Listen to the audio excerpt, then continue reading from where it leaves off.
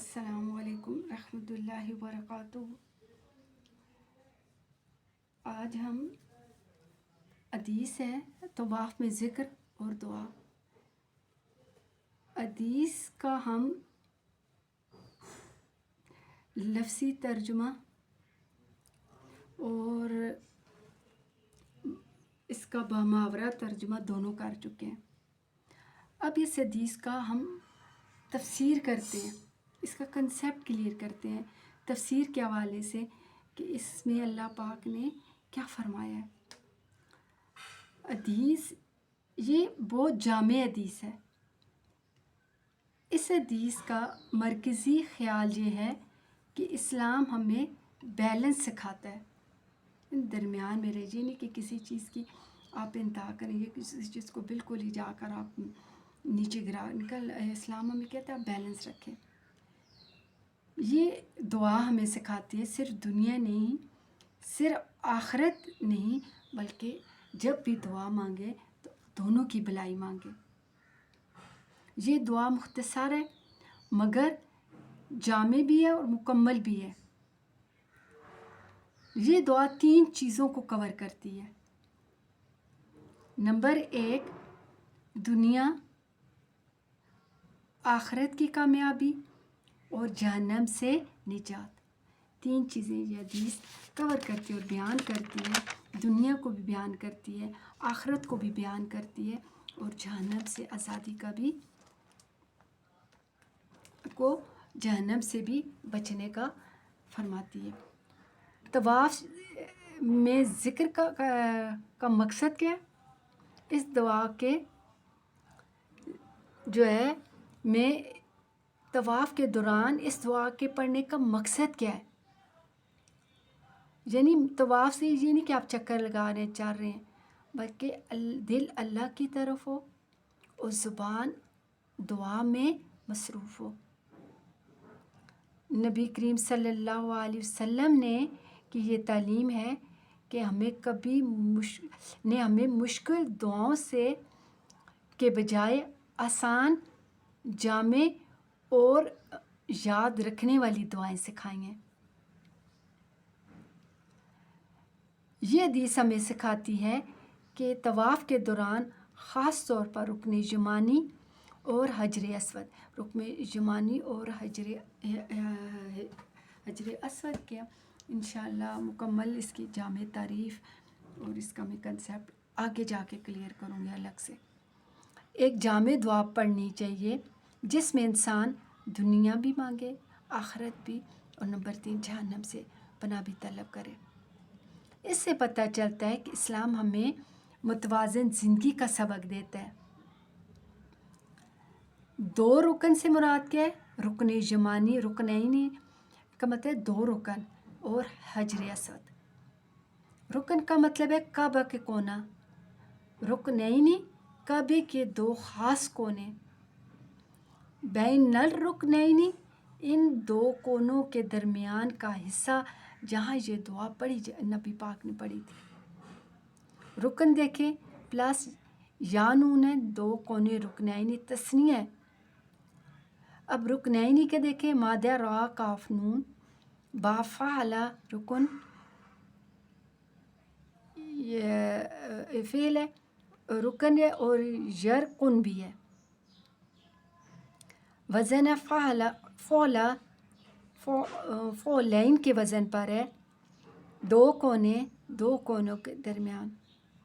اب حدیث میں جو بین کا لفظ ہے جو 2 چیزوں کے درمیان ہونے کو ظاہر کرتا ہے، اور حسنتاً 2 جگہ حسنتاً نکرہ ہے۔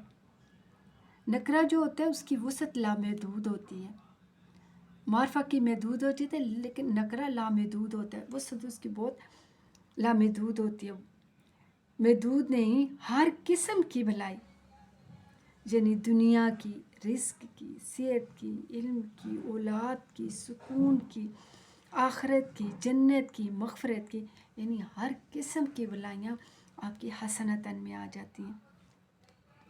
عذاب النار سے بچنے کا مطلب ہے کہ صرف آگ سے بچنا نہیں ہے بلکہ گناہوں سے، برے مال سے اور ایسے تمام راستوں سے جو جہنم کی طرف لے کر جاتے ہیں۔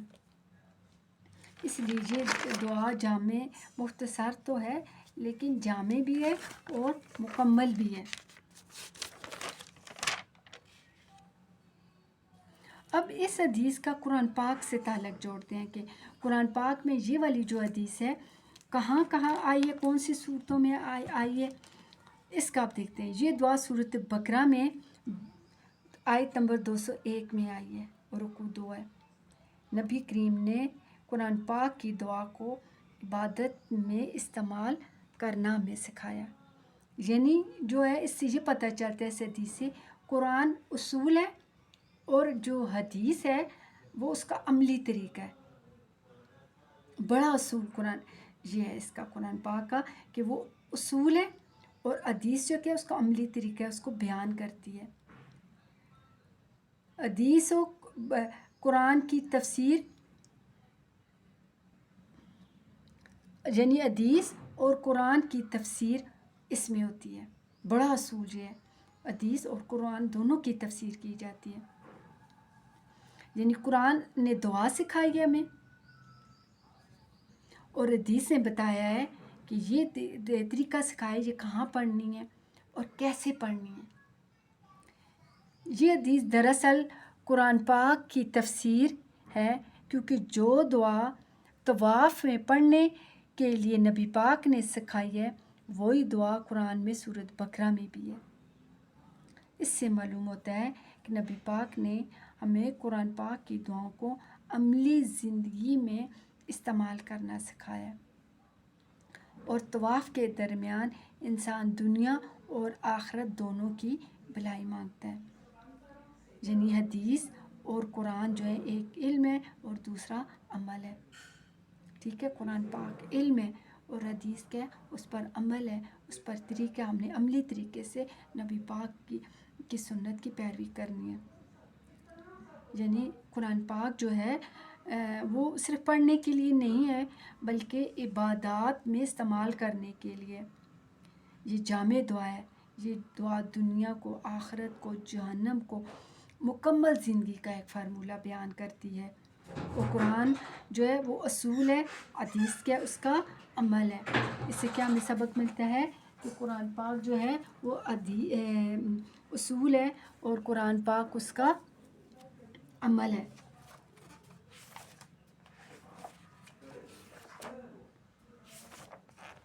اس لیے ہمیں جب بھی حدیث کا مطالعہ کریں ان کے پورے طریقے کے ساتھ ادا کرنا چاہیے حدیث کو، کہ یہ نہیں کہ آپ کا دل کے یوں، زبان کے یوں، دماغ کے یوں۔ تو اس لیے جب بھی آپ کریں حدیث کو پڑھیں، قرآن پاک کو کریں تو ان کے آپ تقریباً ذہن فوکس کے ساتھ پڑھیں، میرا کہنے کا مطلب یہ ہے۔